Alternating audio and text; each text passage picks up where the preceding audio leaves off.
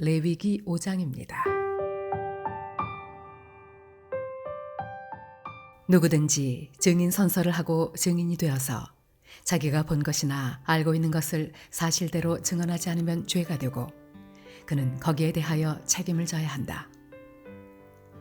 누구든지 부정한 것, 곧 부정한 들짐승의 주검이나 부정한 집짐승의 주검이나 부정한 길짐승의 주검에 몸이 닿았을 경우에는 모르고 닿았다고 하더라도 그는 부정을 탄 사람이므로 깨닫는 대로 그 죄를 속하여야 한다.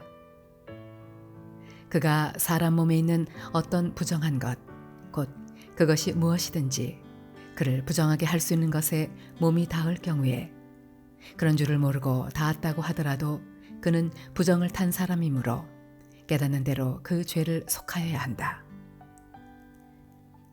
또 누구든지 생각 없이 입을 놀려 악한 일을 하겠다거나 착한 일을 하겠다고 맹세할 때 비록 그것이 생각 없이 한 맹세일지라도 그렇게 말한 사실을 잊고 있다가 뒤늦게 알고서 자기의 죄를 깨달으면 그 죄를 속하여야 한다. 사람이 위에서 말한 것들 가운데서 어느 하나에라도 잘못이 있으면 그는 자기가 어떻게 죄를 지었는지를 고백하여야 하고 자기가 저지른 죄에 대한 보상으로 주에게 속건 제물을 바쳐야 한다. 그는 양떼 가운데서 암컷 한 마리나 염소떼 가운데서 암컷 한 마리를 골라서 속죄 제물로 바쳐야 한다. 제사장이 속죄 제물을 바쳐서 그의 죄를 속하여 주면 그는 용서받는다.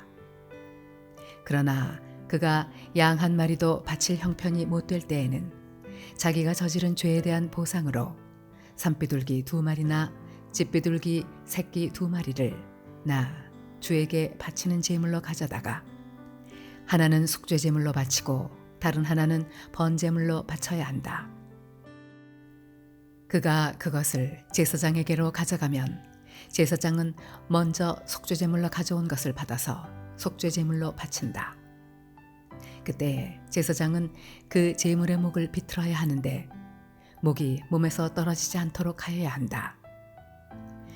제사장은 그 속죄 제물에서 나온 피를 받아다가 얼마는 제단 둘레에 뿌리고 나머지 피는 제단 밑바닥에 쏟는다.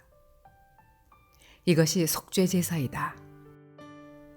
번제물로 가져온 제물은 규례를 따라 제사장이 번제물로 바쳐야 한다.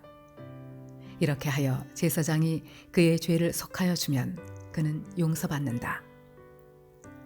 그러나 그가 산비둘기 2마리나 집비둘기 새끼 2마리조차 바칠 형편이 못 될 때에는 자기가 저지른 죄에 대한 보상으로서 주에게 바치는 속죄 제물로 고운 밀가루 10분의 1 에바를 가져와서 제물로 바쳐야 한다. 이것은 속죄 제물인 만큼 밀가루에 기름을 섞거나 향을 얹어서는 안 된다. 그가 이렇게 준비해서 제사장에게 가져가면 제사장은 그 제물에서 한 줌을 덜어내어 제물로 모두 바치는 정성의 표시로 제단 위 주에게 살라 바치는 제물 위에 얹어 불살라야 한다.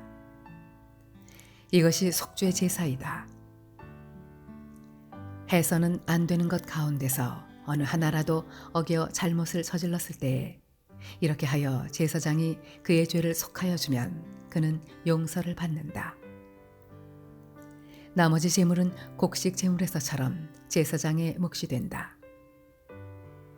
주님께서 모세에게 말씀하셨다.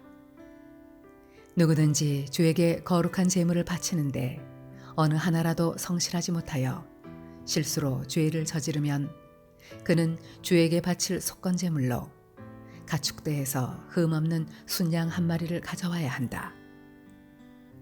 성소의 세겔 표준을 따르면 속건제물의 값이 은 몇 세겔이 되는지는 내가 정하여 주어라. 그는 거룩한 제물을 소홀히 다루었으므로 그것을 보상하여야 한다. 그러려면 그는 자기가 바쳐야 할 것의 5분의 1을 보태어 그것을 제사장에게로 가져가야 한다.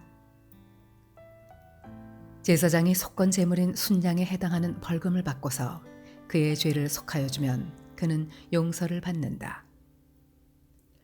나 주가 하지 말라고 명한 것 가운데서 어떤 것을 하여 잘못을 저질렀으면 비록 그가 그것이 금지된 것인 줄을 몰랐다고 하더라도 그에게는 허물이 있다. 그는 자기가 저지른 악행의 결과에 책임을 져야 한다. 그는 가축대에서 흠없는 순양 한 마리를 제사장에게 가져가야 한다. 속건 제물로 바치는 값은 네가 정하여 주어라.